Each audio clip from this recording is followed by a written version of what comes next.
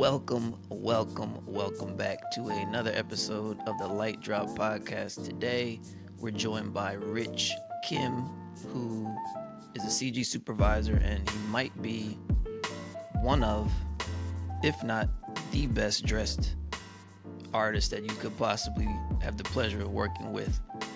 Super talented, creative, even nicer guy. Rich, thanks for coming on with us, man. Thank you for having me. I'm a bit nervous now. No, because I hyped you up. I said you were best. So okay, so let's get some context into the best dressed comment, because I'm actually curious to know if that's still the case.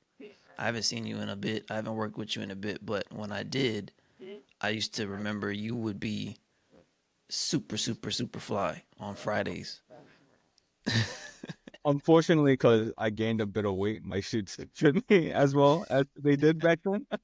So I'm actually on keto right now, so I'm trying to slim down and get back into doing Fancy Fridays. But Fancy also, Fridays.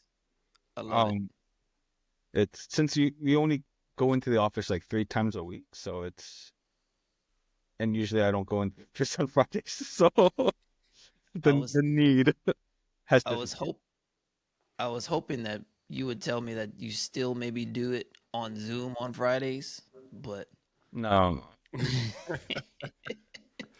no. I used to, and then it just like slowly got like more and more uncomfortable.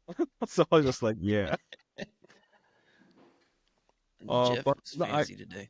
Yeah, I'm fancy. You inspired me, Rich. For the viewers, I'm an FBI agent. Got my badge right here. When I heard about Rich, I was like, he must also be an FBI agent if he's wearing suits on Fridays. Because if I have to wear it every single day, I'm assuming that we're both part of law enforcement. So that's why I wore this. If anybody's watching, it doesn't make sense. So we'll just go with that. Rich, have you been, man? I've worked with Rich a bunch in the past. It's been a while, so I'm excited to catch up with you. Just see what you've been up to, man. Um, Personally, professionally, like, how have you been, man? Let's just kind of start there. I've been good. I've been good. Just recently got promoted to CG supervisor at Hornet. Um, so and then I recently moved back to near my hometown.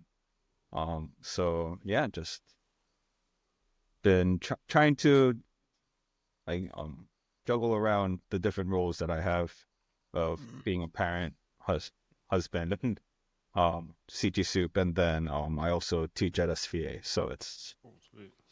a lot of juggling I have to do. Yeah.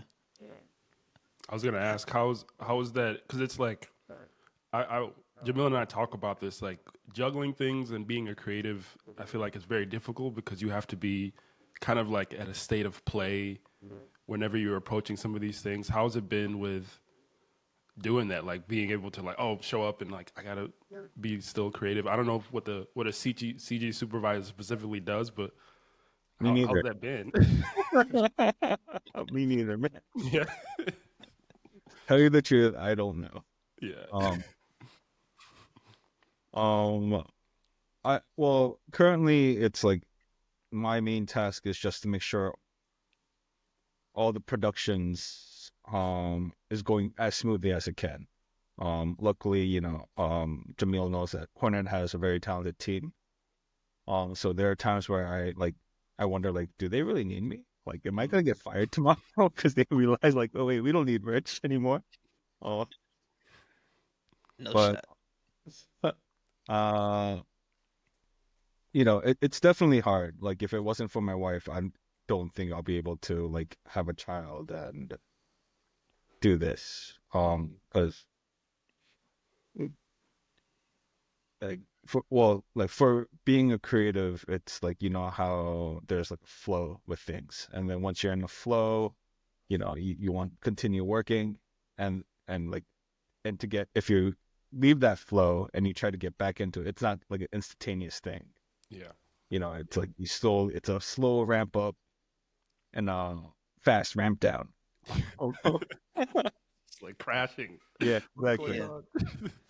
on? So yeah, luckily my wife has a job where they allow her to just be fully remote. Mm, She's also creative, but it's more tech it's more technical where she does like graphic designs for buildings, snap. like signage. So Hmm. That's amazing. Yeah, I was shout out to our partners for helping us because it's like when I think about it, I'm like, I don't know if I'd be on this podcast. My wife is like running around here. I'm like, she encouraged me to do all this. So definitely want to shout out the partners. Yeah, thank you for sharing that because it's like I feel like with um, with creatives and artists, and I feel like with a lot of people, I don't think we acknowledge the people who help us get to that point. Kind of, it's easy to think that this is just like a solo thing that you're doing. You come up with these ideas by yourself, but it's like there are these people who are supporting us. So yeah, thank you for acknowledging that. uh thanks big to our partners, man. Yeah, yeah, Yeah. No, getting us through. that's big facts, Jeff, for sure. Well, that's something that we haven't touched on this podcast is like that that support system to make. Because I mean, Rich, I know you said like you don't know what a CG soup does, and it's like I know what you mean when you say that. Like I know you're half joking, but also I half really don't know what a half secret serious does. or fully serious. But it's like it's a lot, man. That position is like seriously, man. Like a lot of respect to you, and also congratulations too, man. For for Thank you. having that having that responsibility and feeling comfortable to take on that responsibility because you're also managing other artists who are approaching the same obstacles that you are approaching too, where it's like they have things that they're juggling personally and stuff like that, and then to show up and to have to be creative and to deal with timelines and clients and multiple projects. You know what I mean? It adds up, and so like it's it it's definitely important to, of course, have those things that you do yourself to kind of get yourself to be able to show up every day. But then yeah, we haven't really spent too much talking about like the importance too of that like support system of the people around you, and to like really kind of acknowledge like my wife, same thing. It's like she's seen my whole journey and like seen how I've been like this and this, and she's there to like catch me when it's just like, hey man, you need to like you're doing it again. where you're Get some where you're sleep. about to like, I can see you're about to fizzle out, and it's like, okay, yeah, let me Yeah, slow down and like kind of remember too, because it's like it's like, what do we do all of this for? It's to be able to come home and spend time with your family and your kids and to relax. And so yeah, man, that's big. I'm glad that you pointed that out, dude. yeah. It's like something that like you just like realize. It's like I know this is something bad to think about. Like it's like you know, um, as a couple or as human beings, you get into arguments, and then like you just like with me, I just have a very imaginative brain. In the worst case, where it's sort of like, am I able to do what I do now if I was a single parent? For some reason, like that thought comes to me, and I just like and you just come to a realization like how much what your partner does for you, and then you're just oh man, like I better not be in. I better be nice, nicer to my partner. Um. So yeah, Good point. it's I don't. Yeah, I don't tell her that much, but there are random days when when I'm like, oh, I should be nicer to my wife. You realize that you're like Yeah, kind of conscious of it. yeah, No, that's so real because it's and with work. I was talking to some friends yesterday, and they were like, "So how's it been?" It's like, "Oh, I've just been pushing through." And it's like you forget. It's like, wow, the year has gone by so quickly.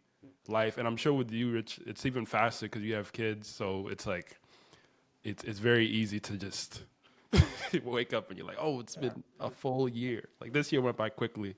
yeah. No, but okay. So I'm curious for some people.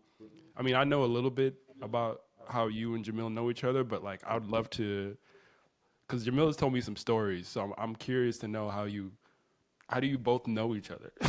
Uh, so when I first met Jamil, I actually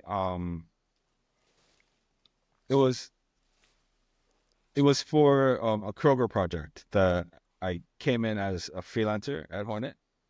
Mhm. So my story with Hornet is very interesting. It's a quite unique one, but yeah, I was at Blue Sky, and then I wrapped up um th- their on their last movie, Spice in Disguise, as like a lighting TD, and then I was freelancing at the Mill and Buck, and then finally got back to Hornet, and then we were Jamil and I were working on a Kroger together.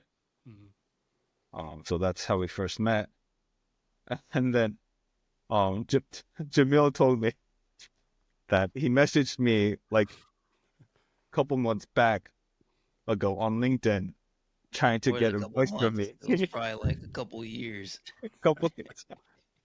And I was like, oh, I'm so sorry. I saw the mess. I remember seeing a message from a student, and then I'm just like, oh, I don't have time for this. I completely ignored his message. Oh, not because I didn't want to reply, but then as if you're CG leading something, you're basically running on adrenaline every day. I feel like Jesus, because yeah. there is like, yes, you have your team, and you definitely as a CG lead have to rely on your team, but then it's sort of like you want to make sure all the checks and balances work out. So yeah, they're it's just a lot of Yeah, I focus. noticed. Yeah, I Uh, noticed that that was one of the first things I noticed about Rich, because it's like I have a ton of respect for you, Rich, because um like when we first started working on that Kroger project, both as freelancers, I didn't even remember like immediately. Like it took like that I had messaged you like years ago, um, as like a junior artist trying to get in. I was just looking for lighting artists in general. I was just kind of reaching out to people on LinkedIn. Hey, this is my work. This is what I'm trying to do. I'm trying to get in. Like any advice, any tips, kind of thing. So it's not like I held it personal against Rich, because like we connected and we like connected on LinkedIn, but he never responded like immediately to like he never responded at all to my question like, hey, any advice, any tips or anything. And I didn't remember any of that when we first started working together. It was just like, oh, like Rich is coming on. He's more he's a freelancer like me, but he's more of a lead position. So very like very organized always in that respect. So it was like, seeing him approach like how he kind of like updated artists on what was going on and like checked on things, but like also, you don't micromanage or anything like that. It's like I always love working with Rich. mm, And then that was kind of when I remembered. I was like, wait a minute, I feel like like I feel like I reached out to Rich or something before, and that's when I like looked back through the messages and I was like, investigating. it was like 2016 or 2017 or something like that, I'm like sorry. 2 3 years ago. So then I was just teasing Rich about that, but then at the same time, it put a lot of things into like perspective for sure, as like, because it's like when you're more junior and you're messaging someone who's a lead or something like that, and you don't get that response, um, or you don't, or like whoever, whatever the case may be, you kind of think like, ah, man, like, they could, you may Yeah. feel like a certain type of way, but then when you see it in action, like like the way I saw Rich in action, it was like he was always on, and in that lead position, and I was like, yeah, it's like like that's a big responsibility that he's taken on, and I knew you were teaching also, Hmm. at SVA on the side too. I was like, man, Rich is like I I wouldn't think I have was teaching Pratt responded during that either. time. Hmm? I was teaching at Pratt during that time. Yeah, yeah, yeah. Well, you're teaching in general. Yeah. I knew you were teaching. Yeah. I knew you were teaching also, and I was like, Yeah, I get it. I Yeah. get why he didn't respond to, like, to some dude that he didn't know like that. Like, you are very much on. And it's a lot. It's a lot for sure. Well, to after you told me that you messaged me and I didn't respond, after that time, like anybody that messages me, I try to respond Oh, back. change the No, game, Jamil. probably not. So Change the game. made Yeah. some changes. Jamil. Yeah. How many other juniors have benefited from? I don't know. Jamil Endless. sacrifice. Oh man, I love it. Oh, I was gonna ask because it's very interesting because Rich, just for some context for me, I work in the graphic design industry, so when I'm approaching like a job or trying to get something, I don't I feel like with VFX, maybe contract work where it's like a little bit like that's mostly the role. People are reaching out to supervisors, managers a lot more frequently. That like that type of skill is valuable. Um, I'm curious to find out from your perspective, is it annoying for a student to reach out to you and ask you questions, or like is that even like a good way to try and make a contact with somebody? Like what would be what should Jamil have done, or what could he have done better, or he did everything he could have, honestly. I think he did everything that he could have. Mm-hmm. It's always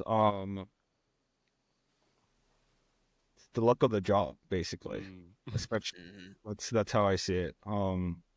Because everyone has their own life. Mm-hmm. It's I could have had a great day that day, and then suddenly I see Jamil's message, and I could have responded.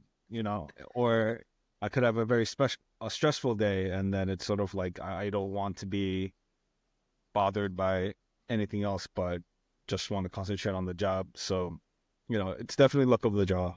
Yeah. Um, yeah, it's very hard just like trying to email like someone that you never met professionally. Mm-hmm. It's always helpful if there's like a context to it. Mm-hmm. That's how I feel. Like, Some people like introduce you. No, that's great advice, especially because I think with I'm gonna do a shameless plug here, but obviously at Lightwork we try and encourage artists and stuff like that to reach out to people and like learn from us. So I'm glad that you say that because like even I've been working in the design industry for like four years, maybe five, and I still get nervous about reaching out to people because I feel like, oh, this person, if they see my work and they don't respond, then I must be bad at it. Especially this early on, because I'm like, oh, I'm just looking for whatever validation. But it's really refreshing to hear that, like, oh, sometimes it's just somebody didn't see a message, and it has nothing to do with your skill set. So, any of the junior artists out there, if you're listening, definitely reach out to people because you just never know. It could change your life, or it could stay the same. But either way, like try, definitely try. If you don't get a response, you could end up still having someone on that same person on your podcast several years later. So you never know how things will go. Yeah, yeah, yeah. Rich, tell me more about your teaching, Rich. Just like how you got into that. What about it you enjoy, um, and what you kind of do for your students. uh, well, first and foremost, I'm a horrible teacher. I'm honestly, I think a lot of my students would say like I'm like the worst lecturer there is. So that's why I stray away from any class that I have to prepare lectures for. Like under like juniors, or I mean sophomore classes, or like anything that's like intro to something. Um, I learned the hard way. So did my students, that I'm horrible at that. So the class that I teach right now is just more. It's a senior class, and basically it's to help and guide the students as they make their um senior thesis. So it's just mostly like, of course there's some preparations that have to be done. But I just come in, um, teach them what I believe that needs to be taught, and then I go to each student and see how they're doing with their thesis and try to guide them in any way possible to make their thesis better, or if there's any technical issues that they're dealing with, try to help them solve it. Um, the only drawback is like there's students that use like Unreal or Blender, and I tell them from the get go like, hey, um, I don't know those programs. But I could help you with like any artistic decisions that you're trying to do or guide you to how to do something. Um, Mhm. but then a lot of the stuff that I teach them, I basically teach them the um how like how Hornet's old pipeline is. So like I since yeah I I like teach them how to prep their files and how to do the Alembic merging manually because can't give them the scripts that we use. um, so I teach them like little bits and tricks that will help them with their day to day as they as it comes closer to like lighting and rendering. Yeah. Is it? Yeah. So you're. It's not like you have like a curriculum. It's just more so like like you kind of just see what your students need as they're working on their thesis Mhm. elsewhere, and then just kind of like fill in the spots where you feel like you need to fill in, and then offer some context guidance, like as far as how to then kind of translate that into a more professional pipeline one Yeah, day, as they need it and stuff. yeah. So there is a set curriculum that I've made, but then I don't follow that to a T. Yeah. Set curriculum is more of like, hey, I said I'm going to check your rigs this week. That basically means that you should have a working rig for all your characters, so you could start prevising. Hmm. Um, but yeah, I don't follow my own curriculum to the T because it's most because not everyone is at the same place with their thesis. Yeah. So how I see my classes, it's more of trying to help my students to make the best thesis that they can. Hmm. Um, Yeah. How'd you get into that? How'd Yeah, you? what's going on? um, just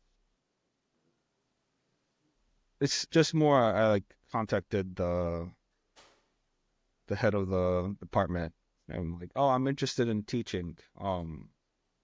It's like you know that feeling, or I think every student says like college never preps you for for the real world. Hmm.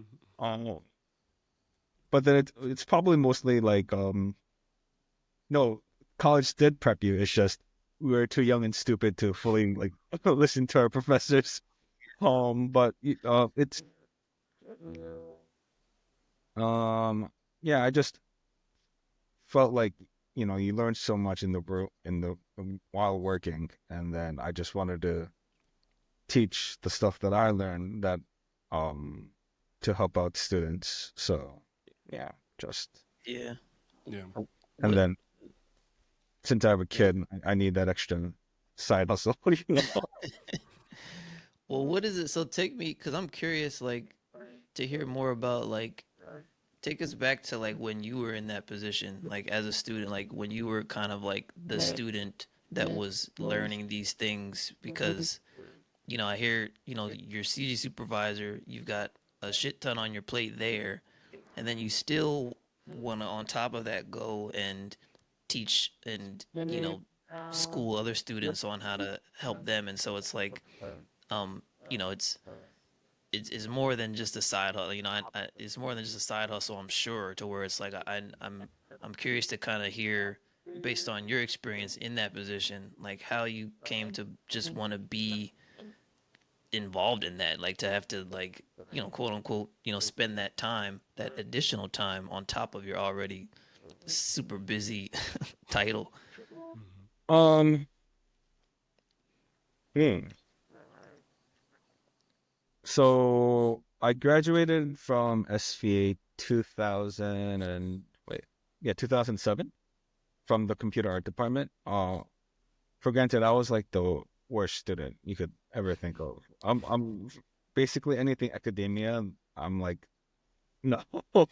Mm, um, so like of course anyone that does bad in college, you have a hard time trying to find a job. But then I was lucky enough that I found my first freelance gig. I'm not gonna name the studio. Um, but uh that studio, like the title was like a junior lighting TD, but then I didn't really have a senior person to like go for guidance. yeah. Um, they basically, the lead of the project basically had me research and like create a pipeline for the project that we're working on. Not pipeline, but Damn. then like, this was during the time where the two renders that were available for Maya was either RenderMan or Mental Ray. Yeah. Um, Which meant that so you were probably using mental rate. yeah, I probably just doing Mental Ray. And then this is before like Maya and Mental Ray like rendered out AOVs. Hmm. So the lead wanted very specific render passes, and then I had to figure it out. And then the studio itself didn't have a working render farm, and it was like sort of my job to try to figure out how to have the render farm work. So they put a lot on my plate. Yeah. And like it was a crazy project, and then I was working from like 11 a.m. till 4 a.m. like for a whole month, like 2 months. Mhm. Jesus. Cause yeah, I'm pretty sure they weren't happy with me because like they give me like modeling tasks and I sucked at it. I hate um I hate any task.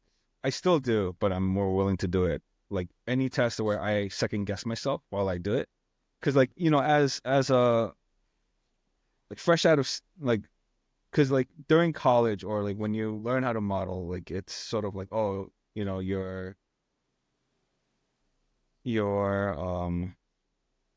how you model, like all everything has to be quads, your edge loops need to be clean and all that stuff. So like I hated like second guessing myself with that. It's like, oh, is the typology working, blah blah blah. So like the studio like gave me like modeling tasks, I sucked. They gave me texturing tasks, I sucked. They gave me shading tasks, I sucked. But then when it came to lighting, I was like, oh, okay, he's Mm, good at lighting. Okay, we'll just make him stick to that. But I was doing, very late nights, because they didn't have a render farm, so I was like basically a render monkey. Like, I had to go to each computer, set off a render, yeah. whatnot. So after that, I was like totally burnt out, and I was like, dude, like, if this is how my life's gonna be, I don't know.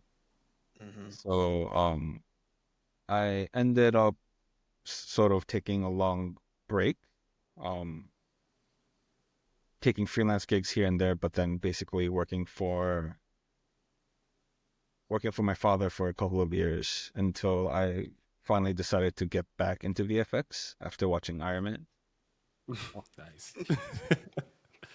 And then so I went to grad school because I was like thinking like, oh, you know, trying to contact studios while I took a 2 year break.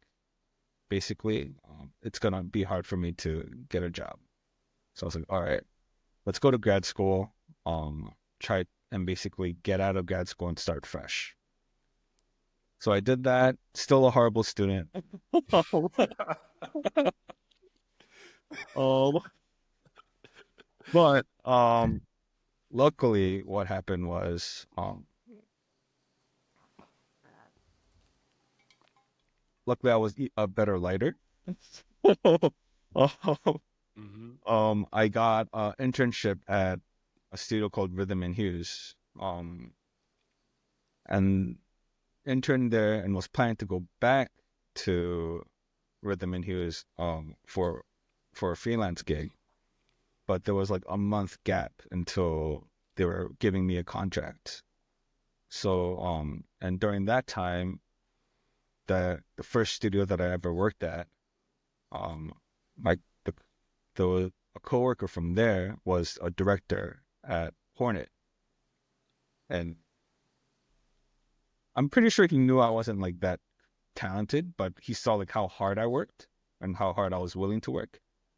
So he basically that told the head of um the producer about me, and then I got a freelance opportunity at Hornet, um, and was able to yes, I worked very hard, and then when Rhythm and Hughes called me back, I told Hornet like, hey, you know, I might go to California. Um, the producer was like, let me counter their offer Mm. that Rhythm gave you. So weighing the pros and cons, I decided to stay at Hornet. Luckily, because 2 months later, Rhythm and Hughes went bankrupt. Wow. I was gonna say when you said Rhythm and Hughes first, I was gonna slide in a rest in peace there. Yeah. Um. So yeah, and then I was permanenting for 2 years, then got a full-time position as a junior artist. And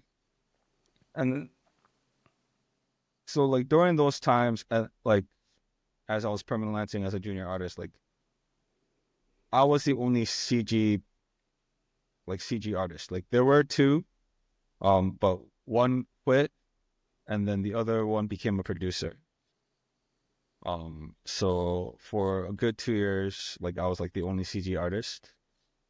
And then so we had a lot of like freelance leads come in. And of course they're like they're ones that you vibe with and ones where you're sort of like, oh, it's it's one of like you don't vibe with, you don't like how this individual leads, micromanaging and all that stuff. Um, so it was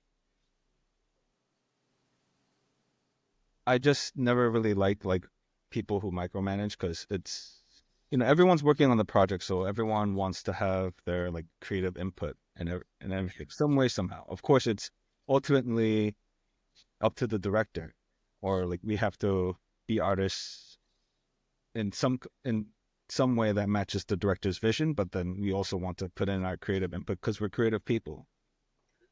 So like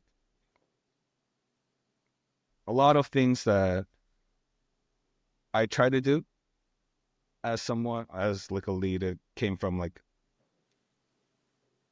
all the past leads that I experienced from, and I'm like, oh, I don't want to be like this person, or I don't want to be like that person. Um, Maybe too much of a fault because you know, there has to be some sort of micromanagement that's happening, but like I rarely do it. So, but so it's sort of like that urge of teaching came from like just seeing me as a student. Mm. Even though I was like the worst student there, like yeah, I was really doing bad at school. Um, I was a bad student, but then it's sort of like, oh, what if I had a teacher that sort of like showed that they cared somewhat, or like I had a teacher that like taught me some tips and tricks on how to do things.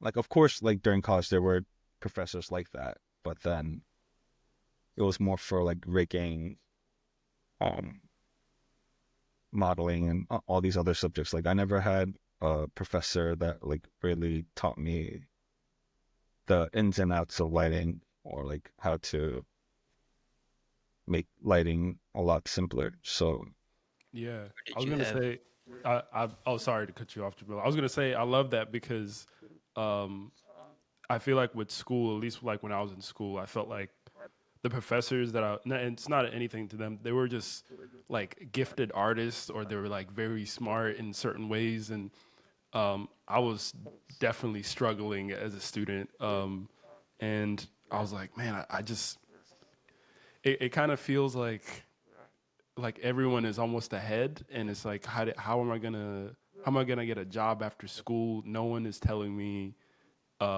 It's kind of jarring because you kind of feel lost, and it's really hard to finish school when you feel like, what's the point? So I love it when professors are like very honest about the things that you have to do, so that you have this like kind of a clear path instead of this, you're kind of in the clouds, like as far as your career goes. So I would rather learn from a professor like you who was like, I had to go through some challenges to get to this spot.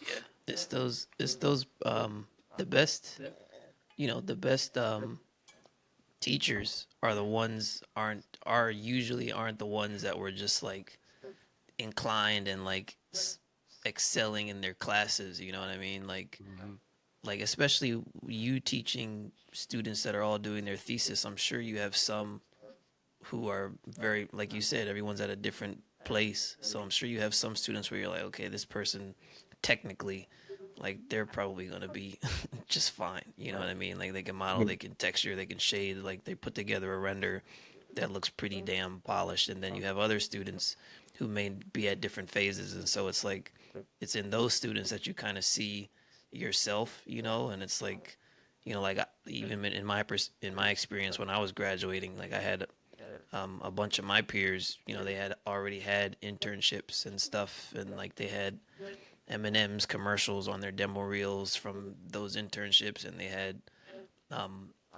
just really polished looking stuff compared to mine. And it was just kind of like you're looking at that, and you're like, oh, you know, am I missing something? And of course, you kind of go through that cycle of like, oh, I'm a bad student. I'm not doing this. Like, what is it? Is it the teacher is not getting to me? And then, and so, yeah, I hear that as far as like kind of wanting to teach from that perspective. I think it's extremely important to have CG supervisors in those positions like you're in that came from that path rather than just like directly kind of these stars, you know what I mean? Like star artists from the get go, because those are the ones that you're really actually gonna learn from the most and be under. And I mean, like I said earlier, like even, when I was working under you, you were my lead. It was the same thing. It was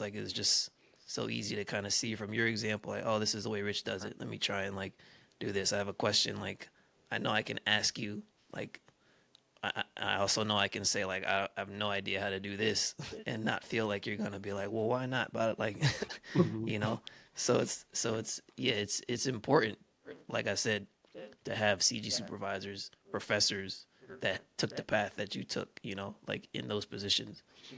uh, uh, like honestly, I was like really lucky because yeah, like I said, I was a really good student. So you know, it's there's that saying where like people that get jobs or are able to maintain jobs, it's either they're really talented, always punctual, or like works really hard. And then out of those three aspects, you need just two of them to basically have a job. Mm. Um, Actually, I'm pretty sure there's 4 points, but then like a good personality is the fourth one. So like yeah, but then like yeah, you basically need two of these attributes to sort of like maintain a job, because like you could, since you're very talented, you could be somewhat of a mean person but still have a job. You're Like, we talented. need you. Yeah. But then yeah, it's just luckily the willingness to work hard was installed into me by my parents. So Hmm. would you say you're more of a technical person, or like are you really like a creative like at heart, you know what I mean? I think I am like I'm neither technical or creative. I'm just like in the middle. Yeah. So like um yeah, I don't consider myself a creative person, even though I want to be. And then nor am I a technical person because I'm not that smart. Like I'm just like some some geek in Bergen. Yeah. I mean that's crazy because like okay, I want to backtrack then to unpack some of the stuff that you touched on with your first freelance spot that you said you talked about like ALVs, render farms and stuff like that. I know Jeff was looking at you like smiling, but I know Yeah. you have no idea. I kind of know what a So, render farm is. I used to work but for I worked as a studio manager for animation studio, but yeah, it was just like so small. I think a render farm is like what, just a computer where Yeah, everything is it's housed. basically a bunch of computers, and then you have a main computer that sort of tells the other computers like, oh, you rendered this, you rendered that. It just hmm so it's a What? program, a render farm. Basically, yeah, it's a bunch of computers. So if you have a room with a bunch of computers and Mm, one computer that basically tells the other computers what to do, you have a render farm. gotcha. Oh, this whole time I thought it was like online, like just online, like it was just. Well, now it is Oh, gotcha, gotcha. with like Amazon wow, yeah, cloud services or Google. But like yeah, back then, since none of the, none of that technology existed, it's like yeah, physical machines. Unfortunately, yeah, like the studio I was at, they did great work, but they were small studio, and then uh yeah, they probably were looking for someone that was a lot more technical than I was, and yeah, I yeah. didn't fit the bill, but um I mean, that's kind of what I was saying though. Is like you still kind of made it happen like as a technical, because it's like I know like even I mean I've never even had to like even come remotely close to doing anything pipeline related because I've always shown up to a studio that had some semblance of a pipeline, right? And then even as far as like rendering AOVs and stuff like that, um which are render passes essentially like that that a lighting artist renders so that it breaks up your render into different pieces that can then kind of give you more control in compositing or in post, Mm, rather than just giving one image. For example, you give them like a master kind of image, but then you also have another image that controls like some specular or controls like just the color or controls like just this light. It's like, to put it simply, that's what ALVs are. And so um, the advantage of having a pipeline is usually like they kind of have that stuff like in place for you to show up and just kind of like output it, for whoever's going to pick it up. But mm, as Rich was saying, in his case, they didn't necessarily have any of that. It was kind of on him to just kind of figure out, okay, what do we need? What will we need? How am I going to set that up? And he's a junior, thrust into this like all these technical tasks. And then, that was the reason I asked you, was like, would you consider yourself more of a technical person, creative person? It's like all the artists in our industry have that balance where it's like they may be leaning more towards one end or the other, or like straight down the middle, like Rich said. And so like depending on where you are, that could be torture to have to deal with, all of that, and then you're only actually lighting for like an hour out a week or something like that mm. kind of thing. And so like I know that can be a really jarring thing. Like you said, you took a break after that because it was like, is this art, or is this technical? Am I an engineer now? Like, what am I, kind of thing? And so, yeah, I just wanted to kind of like unpack, like you kind of went through it really fast, but I just want to give some more context into just like really how crazy that was coming out of school to just be thrust into all those different roles like that. yeah, it's like at that time I thought it was just more of like I felt like I was gypped because it's like Mm, I worked this hard, but yet they're not extending me. mm-hmm. But then in hindsight, it's more of like, yeah, I wasn't really that talented. Yeah, like I was like able to figure out stuff. But it was, yeah, it just took a toll on me. Like I'm overweight now, but like back then I was even more overweight. So, um, uh,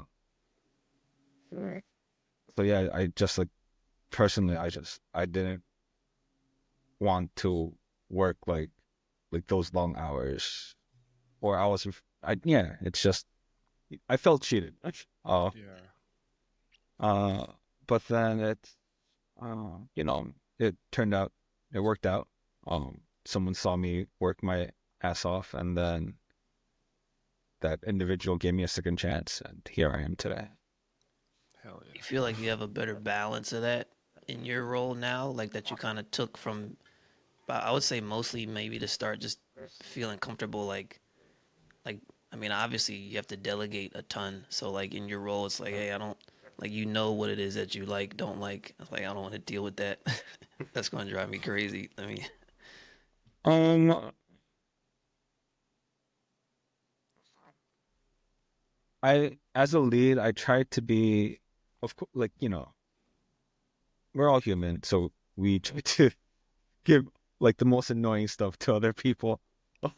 But also I try to lead in a standpoint of like I'm not gonna ask someone to do something that I'm not willing to do. So like but then also I know like my strong points, my or other people's like strong points. So like if there was a task to model a postcard and a task to model a car, and then I would definitely give another artist who's a stronger modeler to model a car, and then I'll just model the postcard yeah. because it just makes sense, you know. yeah.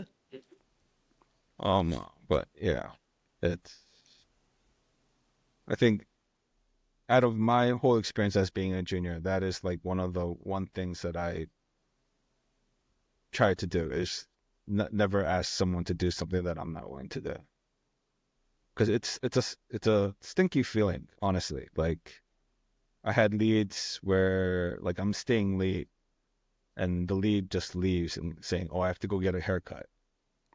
Wow. Leaves and That's wild. they say that they're gonna come back, but they never do. As like a junior artist, it's just a very bad feeling. I feel like. Um, Yeah, that's a red flag for sure.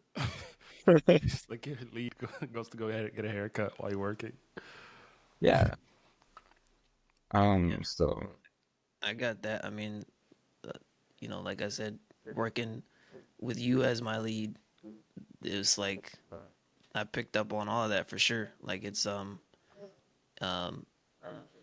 I've been fortunate really now that I think about it. Like I don't think I certainly none memorable that are leads that I felt kind of like that way about. It's like all of my leads have been that and have been about that, really, like you said, I think that really sums it up best is like they wouldn't ask you to do something that they wouldn't be willing to do themselves, or to take care of it. And it's like, delegating to strengths and just knowing it's like, because a lot of it is like, because I knew none of this about you until you just explained it. But it's like, I still feel like I did know that, just working under you. It's like, yeah, he's put in, just as much effort as I know, I have. And it's like, when you know that you've done that yourself, like, you have to feel that way about whoever it is that's asking you to do something else, because it's like, even if you don't know the specifics of their background, it's like you still know, you still pick up on that, And so I definitely feel like that comes through with you, Rich, and I'm sure like everyone else who's worked under you will feel the same. Hopefully. Yeah. I, Hopefully. I was gonna jump in. Okay, so I was gonna ask what. Okay, sorry to, because I'm like trying to also figure out some of the terminology. What is a lead? Is that like somebody who So, checks out your work before you send it off, or what's the? well, the lead is basically the manager of the project. So, and usually in a commercial setting, the lead of the project. So, usually there's a CG lead, and then you have your senior artist and your junior artist. Mhm. So the CG lead is somewhat of like someone that is also a senior artist themselves, but then they are delegating the tasks that need to be done to the artist, um, that for artists that are in the project. So they are the day-to-day like keeper of the project themselves. Gotcha. Okay, that makes sense. Yeah, I was trying to think about it how it relates to graphic design, but I think it's the same. There's always like a Yeah. senior designer, someone who like makes sure that everything is going to plan, or they'll delegate. So no, thanks for breaking that down because I Oh was no, like, no problem. what are y'all saying? What's a lead?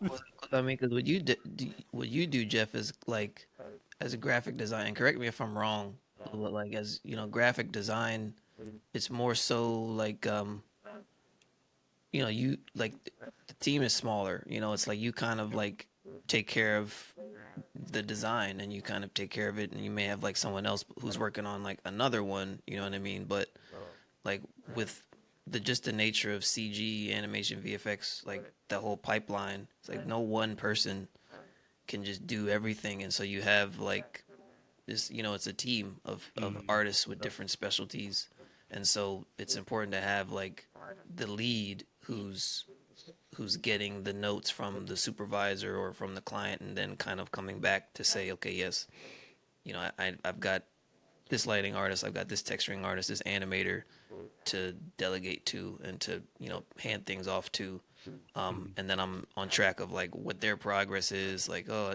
so I can go back to the supervisor or the producer to say, yeah, we need more time on the CG side of things. Animation is a day behind, or mhm. these lighting renders failed overnight, so we may not be able to post this for the posting, stuff like that. Yeah. Just to kind of be that point person for on behalf of the rest of the artist team, just because it's such a big team usually, of Mhm. moving pieces, on a VFX pipeline, CG pipeline. Gotcha. Okay. No, thank you. Thanks for explaining that. That's interesting. Right, Rich? Yeah, yeah, definitely. Yeah, I was I've only curious. I've only been a lead on a couple jobs, both at on those Kroger jobs.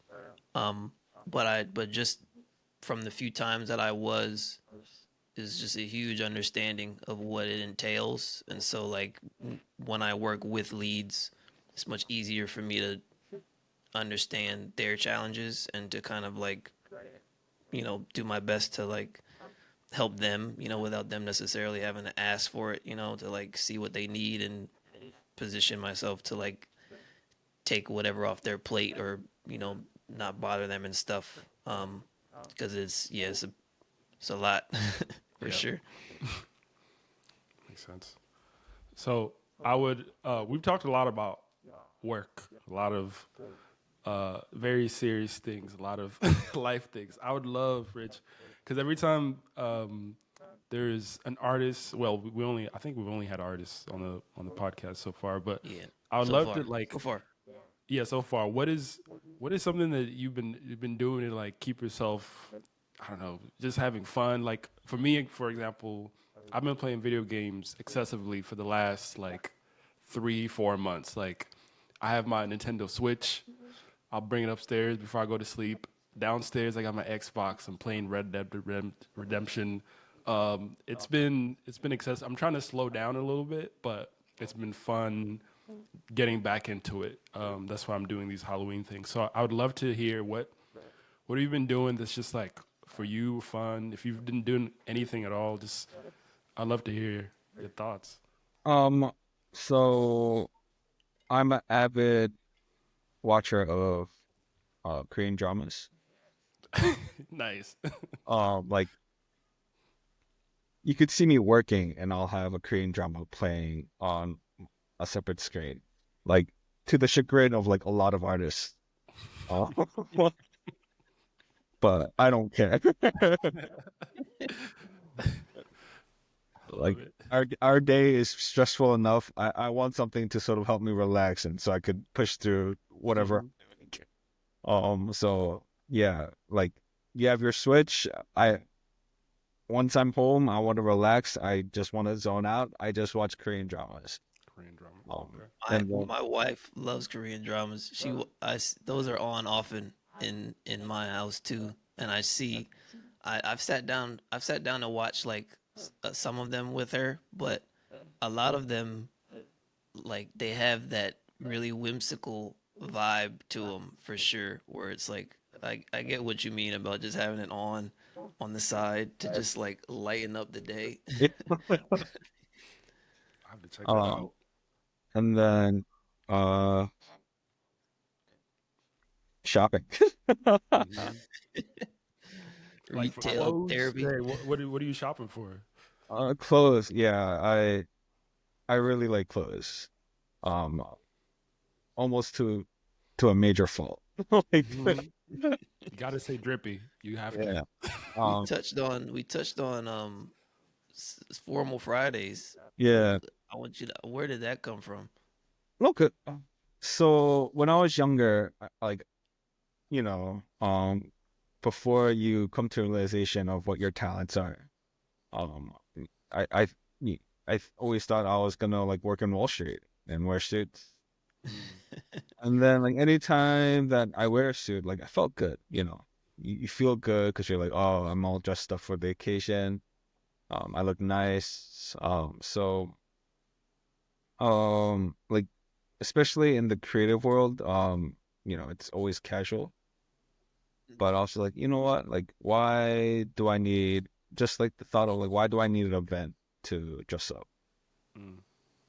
Um, so I just decided, hey, I'm just gonna go in and just start wearing suits. Um, I sort of see like luckily like a lot of tailoring that happens now, it's like more towards comfort. But then yeah, it's just since I like dressing up, I was like, you know what, I'm just gonna make it this more what's the word? Daily thing. Why? Yeah. Hmm. And then just run with that. Yeah, We were that's. talking last week, Jeff, about uh like noticing, like just like almost making it like a game for yourself to like kind of force your mind into that place of like slowing down and just kind of noticing stuff. I feel like wearing a suit would do that for me. I feel like now that I think about it, to where like if I, because it's a conscious thing, you know, where you say like, okay, on Fridays, usually it's casual Fridays, but I'm casual all week, so maybe I'll, on Fridays, I'm just gonna make this deliberate effort to just feel a little bit more formal, show up, and it's like I'm sure that probably like on Fridays had you just a little bit more conscious, maybe even the night before. You're just thinking about, okay, this is I got my suit laid out, and I imagine that probably helped a little bit to kind of like always put you just like consistently in that place of like just being a little bit more present about Yeah. like, okay, this is what I'm gonna do today. This is like this is my intention to like feel today. I'm gonna feel good. Um, yeah. Well, good. I was gonna add it when Jamil first told me, Rich, that you wore a suit. It kind of reminded me. I don't know if because Jamil, you played basketball in high school. It reminded me of I don't know dressing up the day before the game. Yeah, yeah, That was some of Yeah, the yeah, things. Yeah, yeah. like people would do that, and I was like, because I played since I played basketball, we had to do the same thing, but it always felt good dressing up because it felt like for you to like dress up that way, you have to iron your clothes. So that means you have to wake up early. All these things set you up for the day, and then it's like by the time you start working or you got to go to a game, you feel good. You feel like you're intentionally attacking the day almost. So yeah. I love that. it's what was I going to like? There was a job where the there were a lot of changes that were happening, and it was mainly because some executive decided to um to make all these changes, to the point where like it was somewhat annoying. So like one day I decided to just for like our daily client calls to come in and wear a suit, just as a joke, and be like, "Oh, that suit too." Tell that suit no. That didn't work though. Yeah. I love it. I'm actually, I'm, I'm a little inspired. I'm gonna be honest, because I've been feeling. Cause I love working from home. Don't get me wrong. If I never have to go back into an office, I wouldn't lose any sleep over it. But I do think sometimes, like I just like you said, I don't have any reason. I haven't had any reason to dress up in a while. But to your point, like, why do you need one? Like, maybe that could be a fun way to add to your like little list of like little gamification ways to just switch things up, from day to day, to be like, okay, you know what? Tomorrow I'm gonna like dress up a little bit. I'm gonna wear like a button up or a collared shirt or something, or jeans. Like for me, I can count on one hand the amount of times I put jeans on this year. So You don't wear jeans that much, Jamil? Really? not often, not anymore. Oh, Jeans were something. like I used to wear them all the time, but Yeah, lately, I mean, you can't see what I've got on down yeah, here right now. yeah. So it's Well, like I'm sort of that's usually the intrigued. case. Just boxers.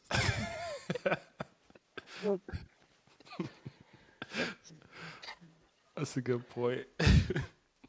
But No, wait, but you're in Georgia now, right? Sorry, Joe. no. I was saying, yeah, like I also agree. I mean, I feel like it puts you in a different space, but it is Mm, nice to wear like nicer clothes, yeah. even in the No, Super Rich, Bowl. I'm in Virginia. I'm in Oh, Virginia. yeah, Virginia. Okay, Yeah. So it's cold there. more. What'd you say? It's cold there. Wear some jeans. Mm. It's Come on, windy. man. It's Windy. it's like yeah, it's definitely that time of year where I could do it. I'm gonna I don't know, like I said, just the nature of we're both from New Jersey. Like you said, just before you even had the idea of talents or like what you were gonna do, you just had this idea of you working on Wall Street, Yeah. going in with a suit. I had something relatively similar. I didn't think it would be like a daily thing, but it's like, you know, I was like, oh, I saw my dad, wearing suits to go into the office every day. So it's kind of like, you think it's like not of our time, to do that. Like, this day and age that we live in, especially in the creative industry. But to your point, like you said, again, it's like you don't need a reason. It's just a good way to kind of like be a little bit more deliberate about what you're gonna do, what you're gonna wear, and that could be helpful. That could be a good way to you know put you a little bit more focused and go into the day with a little bit more intention. Mhm. Jamil, what were you gonna be? Rich, I knew you would have been a banker somewhere. Jamil, what were you gonna be if you weren't an artist? Like, I don't think we've ever talked about that. Oh, if I wasn't an artist, I wanted to Yeah. be. So I wanted to be a.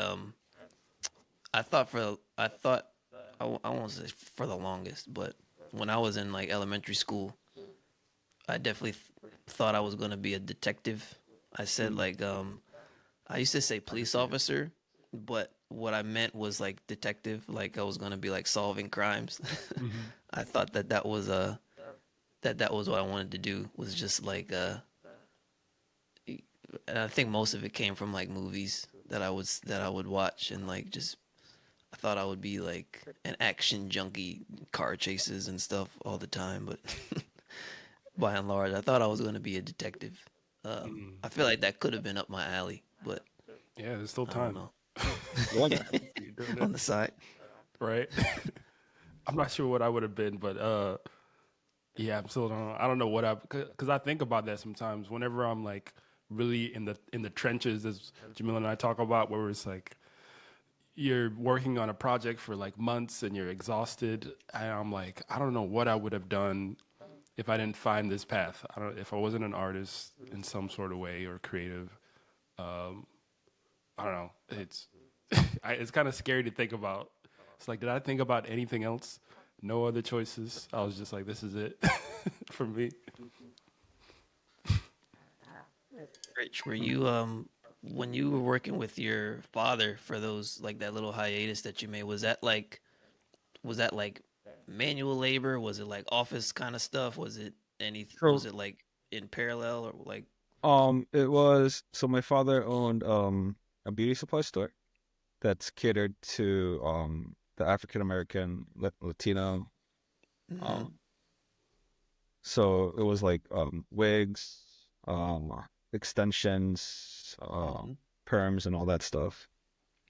Uh, so yeah, it was just like retail. Yeah, like retails. Okay. Would you say you took anything from that you brought back into like the day to day of a creative career, or is it any parallels there? I'm not sure. Oh, I think it's just mostly like how to communicate with people. Yeah. Since your, your job is to try to sell the product that you have in the store. Mm-hmm. So that just yeah, building up communication skills. But the most like since it was my father's store, like I got away with doing some pretty wacky stuff. Um, like I said that I was like overweight before. Oh, like really overweight before. So during my time when working with my father, I sort of got a health scare. And then like having my mother in the doctor's office with me and having her to hear that, hey, if you don't like lose weight, you're gonna die. Like I felt really bad for my mom because no parent wants to hear that their child is like has health issues. So like I really put in an effort like trying to lose weight. So while I was working at my father's store, I would have like 10-pound weights on my legs Wow. and like walk around in the store with these like 10-pound weights. So, and the reason why I did that was because practically every day I was running like 2 to 3 miles a day. So having those weights on, even though they're 10 pounds, it sort of like warms up your legs to be able to run for like an extended period of time. So yeah, I did that. I took like four lunch breaks because the diet that I was on, it's like you have breakfast, then you have your after your early morning snack, your morning snack, then you have lunch, then you have your snack, dinner snack. It was just like I was taking a lot of breaks just to um like eat small amounts but consistently. But yeah, doing that, I dropped down. Like I was like 253 when I was my heaviest, and I dropped down to like 180 in the vast of like 8 months. Wow. So yeah, and then I think once I reached my goal weight, I basically ballooned up again because like bad habits die hard, you know. So yeah, my weight fluctuates a lot. Yeah.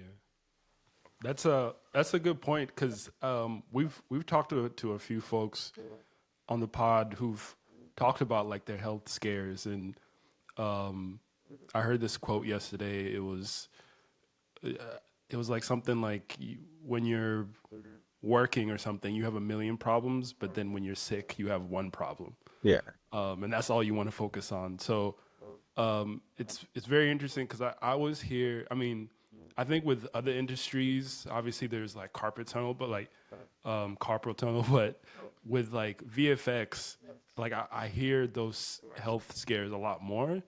and I'm always like wondering, like maybe is it because of like constantly having to sit on a computer, and I'm also curious if that's something that's like ever addressed in school, where there's like, oh, you know, make It, sure it you is, stretch or walk or something. yeah. Oh, sorry. It is like I had a teacher that talked about carpal tunnel a lot. Um, but then, yeah, um,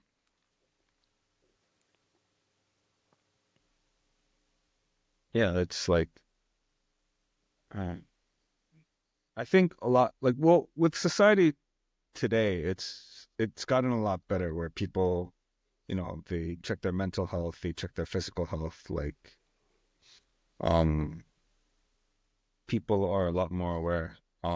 It like a lot of the health issues that it's just there's people that sit in front of the computers for long times, and then when you're like working, you don't really think about like, oh, I'm gonna eat healthy today. Like Mm, if you're stressed, the first thing I want is something very greasy or something that's just gonna satiate my me feeling crummy. But usually the Yeah. things that we eat make us feel crummy.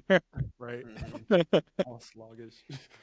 um, We were talking about this like um there should be like a class, like an actual course in schools that are preparing people for creative careers to be like, because it's habits, like you said, like especially when you're coming out of school, you build these habits of like work, study, grind, and then those habits are hard to break when you get working. It's like it's actually hard for you to slow down and to like take care of yourself. So I feel like there could be a actual course like like rest and recovery 101, just to like get people to actually practice doing it, you know? I don't Mm, think the current generation needs that. I sort of feel like um a lot of students sort of have that ingrained in them. It's like, oh, I I had I had one time a student tell me like, oh, I I make it a habit for me not to stay up like work late. And I was just like, That's good to hear. mhm. you're working on your thesis. Like, what do you mean? Yeah. Yeah. um, which I feel like it's somewhat better. Um, but then it's like sometimes I feel like the younger generation sort of lost the willingness to put forth that extra effort, or maybe it's just because of the generation that I grew up in. It's like, Balance, right? yeah, Mhm. It's like a that balance of, like you said, making it a habit to not go crazy of, but then at the same time also still be willing to yeah, put yeah, forth yeah, a little bit, yeah. when it's necessary. It is a bit of a line. Um, which like now I feel like working from home. Um, at first it sort of messes with you because you're just in front of your computer like the whole time because it's Mhm. and what ends up happening is that we're actually working more Yeah. because the computer's like right in front of you at your house. Yeah. So like for the I think the past couple of months, I sort of made it a habit. Like my wife was like, "You need to start exercising again." She opened she signed me up for Orange Theory, if you guys know what that is. Mhm. Yep. Yep. So I try to go like twice a week to Orange Theory, and then the days that I go is basically the days that I work from home. Like Yeah. I and work at 7, then I go straight to Orange Theory to sweat. Yeah.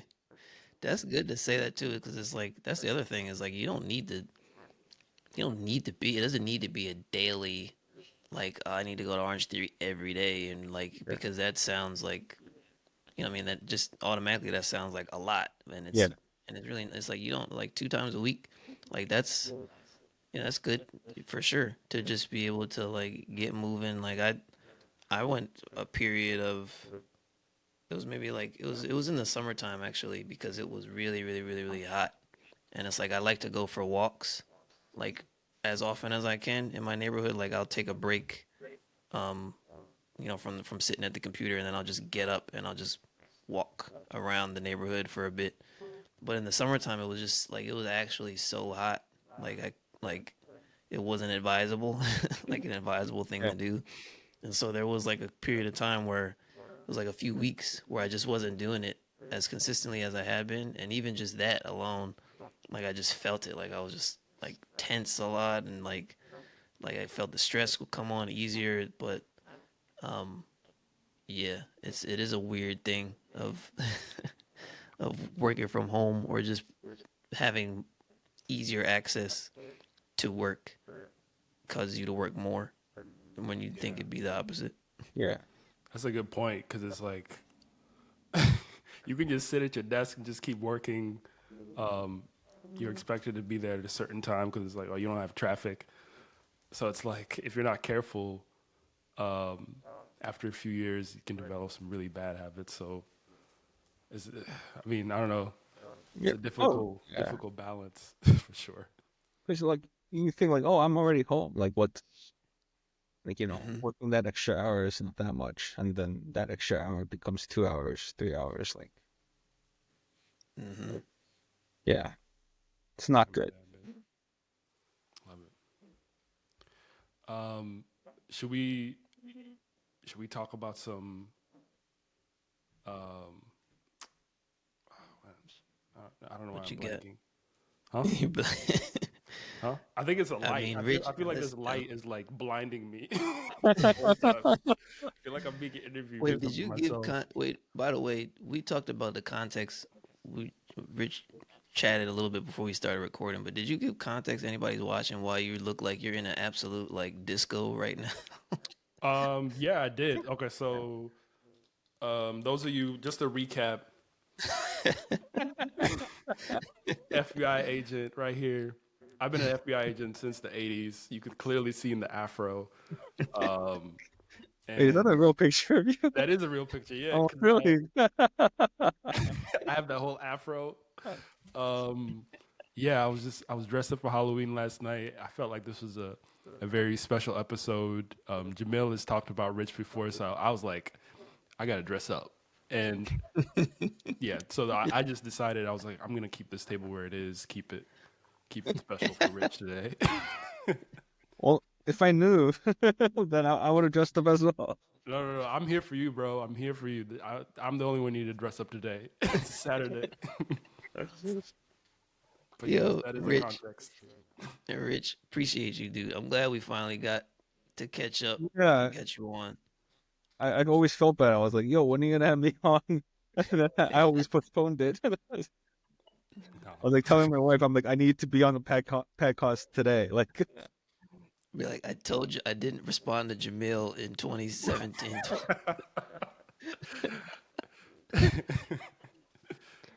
uh, No, thank you, Rich. oh, Yeah. This is good, man. I'm glad I got to learn more about you, man. It all makes sense even it more all now. think, oh, that's why he's such a bad artist. It's like he never studied. No, appreciate Oh it. No Yeah, man. wonder thank he you only for coming likes. through for sure. Hey, you're the first lighter we've had on, so I feel that lighter Oh, camaraderie. Mhm. But yeah, I think sure. is that the pod, y'all? We closing off, or actually no? Yeah. Let me ask this, Rich. If anybody, I think, if anybody wants to, I don't know if anybody, if you're open to anybody reaching out to you or messaging you about any questions about lighting or I don't know whatever. Um, is there a best way to link up with you, or is it just this might be the only exclusive interview that you give, and that's okay too. So, No, they could contact me at richard@richgkim.com. Um, my website is richisrich.com. love it. Funny thing. Our motto for the last week was get rich or die trying. Oh, yeah. And we did it. We did it. funny thing about my website URL. So, like, I made it. So yeah, I got that URL richesrich.com. 2007 when GoDaddy was a thing, and then it might still be, but you know. But I once I started working for my father, I canceled it, and then apparently someone bought the URL, and it happened to be like a Japanese porn site for some reason. And then now I just imagine people like seeing, like, trying to look me up. And we see like this Japanese sports site about. And then they're like, "What?" I was like, "No wonder I was not getting freelance gigs." Damn. I feel bad. The people who are looking for the porn, they're like, damn, this is not what I'm looking for. Yeah, they probably got people come back. So, what the fuck? Come back now. They're like CG artists. What? Who is this guy? Oh my god! I think that's a good place to wrap it up. Yeah. Oh, Hell yeah. Oh man, Rich, appreciate you, dude. no, thank you for having me. Yes. What a way to close off